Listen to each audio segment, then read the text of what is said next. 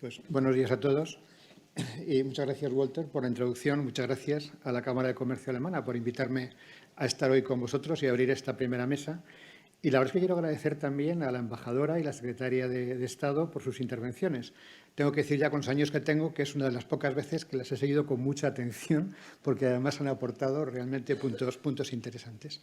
Como introducción a esta mesa sobre lo que es la competitividad de la empresa europea, yo creo que desde el punto de vista de la globalización hay un punto que también se ha hecho en las intervenciones, ha mencionado, que es muy importante y es el contexto geopolítico que estamos viviendo de unos cambios, pues algunos desgraciados, como ha sido pues, la invasión de Ucrania, como es la pandemia que también hemos tenido antes de esta invasión, la situación que estamos viviendo también ahora en el Medio Oriente. Pero al final yo creo que lo que está reflejando es una serie de tensiones que vienen porque el modelo que hemos tenido, el modelo de globalización que hemos tenido después de la Segunda Guerra Mundial, pues está cambiando. Entramos ahora en una nueva época. Y los cambios en la geopolítica suponen cambios en la geoeconomía. Y esos cambios en la geoeconomía son tremendamente importantes, ¿no? para las empresas y para la competitividad de las empresas. Yo creo que si miramos lo que ha sido la evolución de los flujos globales de capitales, de los flujos globales de materiales, de servicios, de conocimiento, sabéis que en los últimos años nos preguntábamos todos, ¿no?, si vamos a vivir un retroceso en la globalización. Y parece que no. Parece que, desde luego, estos flujos se van manteniendo con diferencias. Los flujos de capitales, sabéis que tuvieron un bajón después de la crisis que tuvimos en el 2008, pero se van recuperando. Y, desde luego, parece que la recuperación que hemos visto 2021, 2022, esperemos que se mantengan en estos años, van a ser. Pero no van a ser los flujos de capitales con el dinamismo, con el crecimiento que hemos vivido en la década anterior. Los flujos de materiales están creciendo, pero están creciendo a un ritmo relativamente bajo, 2-3% anual. Pero, en cambio, lo que está creciendo, y está creciendo muy rápido, al doble que este flujo de materiales, son los flujos de servicios y de intangibles.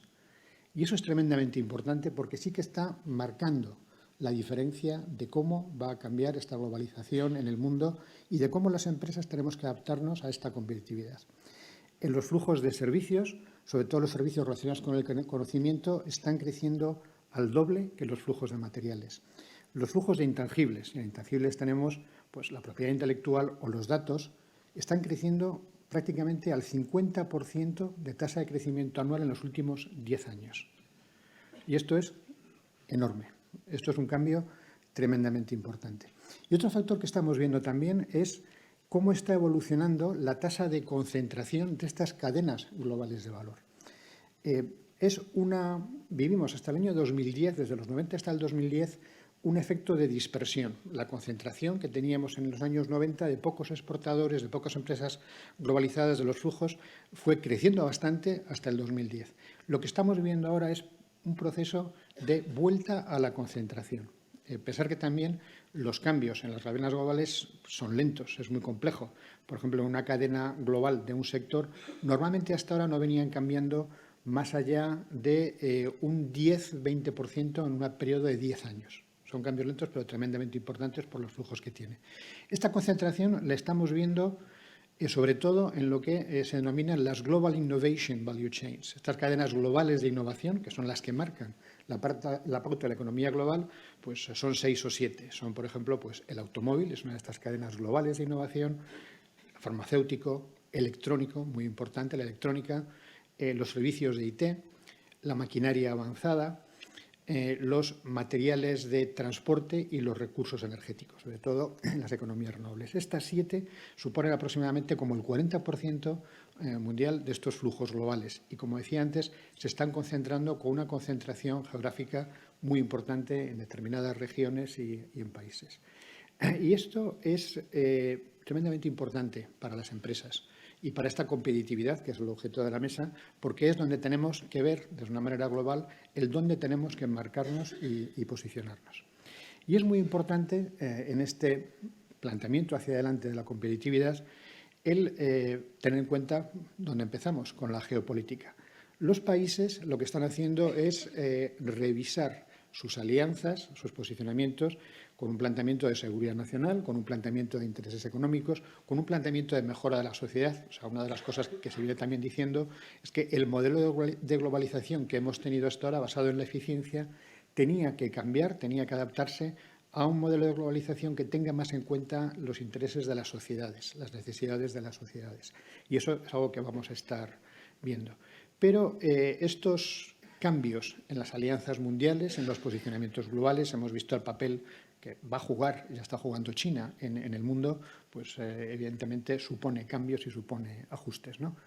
En las empresas, yo creo que hay como 3 elementos que las empresas tenemos que tener en cuenta dentro de este contexto global. Lo primero es estos cambios, como decía, de geopolítica y de geoeconomía. Estamos viendo cómo, y estar muy atentos a esos cambios y ser muy conscientes de dónde estamos y con quién tenemos nuestras alianzas naturales, como también se ha comentado antes, ¿no? Pero estamos viendo, por ejemplo, cómo Apple lo que está haciendo, que sabéis que básicamente toda la fabricación de Apple está basada en Taiwán y en China continental, está muy rápidamente corriendo para montar fábricas en India y Vietnam.